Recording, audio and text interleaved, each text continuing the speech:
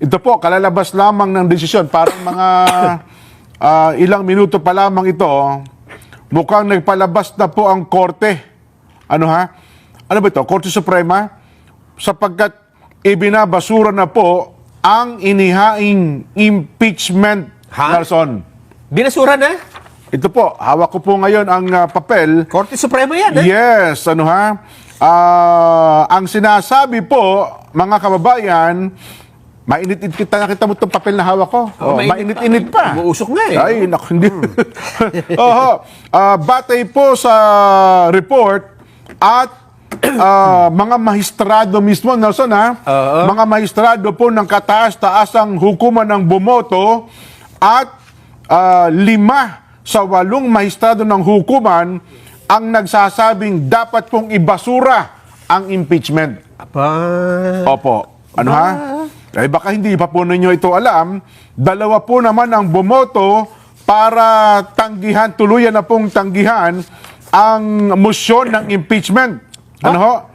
At ang desisyong ito, mga kababayan, ano ho, ay mukhang dapat ay matanggap ng mga mamamayan sa lalong madaling panahon. Ba, Breaking news po ito. Nagulat ako dyan, ha?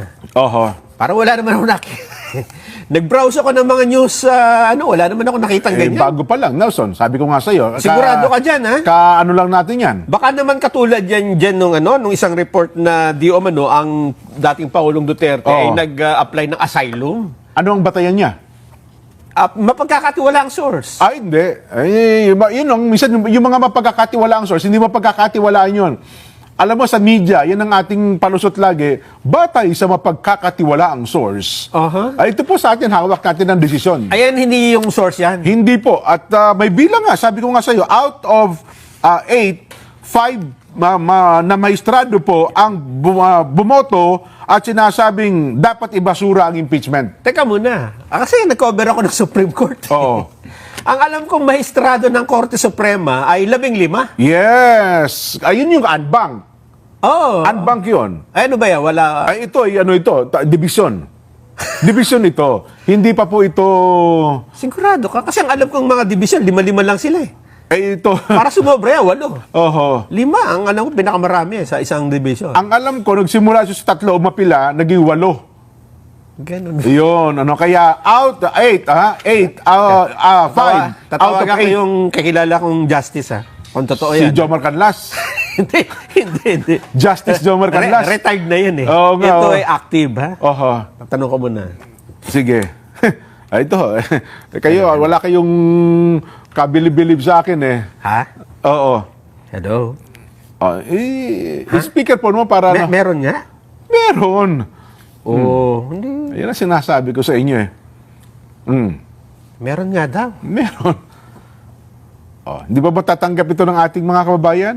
Ituloy mo na. Ibalita mo na kung anong detalye. Baka sabihin nila fake news yan. Ibinasura po, mga kababayan, lakas niyo po yung volume ng inyong mga telebisyon, radyo, at saka ng social media account. Ito na po ang latest, may kinalaman po sa impeachment complaint na kinakaharap ng mataas na opisyal ng South Korea. Ha? Ibinasura po ng konstitusyonal na hukuman ng South Korea ang impeachment laban kay Prime Minister Han Duck-soo nito lamang Lunes kahapon. Yan po, matapos ang desisyon, magbabalik ito sa kanyang tungkulin bilang acting president ng South Korea.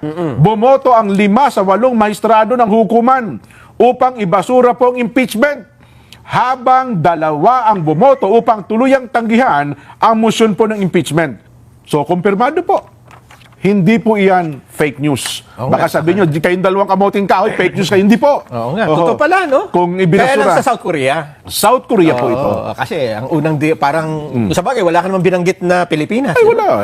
Alam mo naman tayo, napakaingat natin sa mga bagay-bagay na yan. Kaya nga. Oo.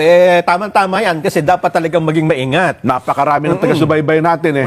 Alam mo, minsan tayo mga mamamahayag, di ba? Sabi, di ba, nung nabubuhay pa ang Katotoy Talastas, lagi ko narinig sa kanya yung